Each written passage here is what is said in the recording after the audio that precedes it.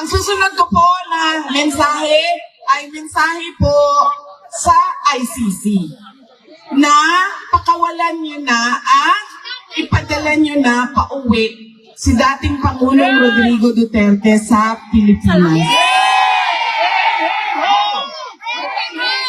Dahil gaano man nasabihin nila na wala na kami kung paano siya kinuha, dinukot, kinidnap doon sa Pilipinas, ang importante ay nandito siya sa amin at tutuloy yung paglilitis, ay dapat hindi ganon. Dahil, di ba, sila yung nagsasabi, lahat may human rights. Yes! So, dapat ibigay din nila yung human right ni dating Pangulong Rodrigo Duterte na ibalik sa Pilipinas at i-check ng ating mga lokal na korte kung karapat-dapat ba na siya ay ipadala dito sa The Hague.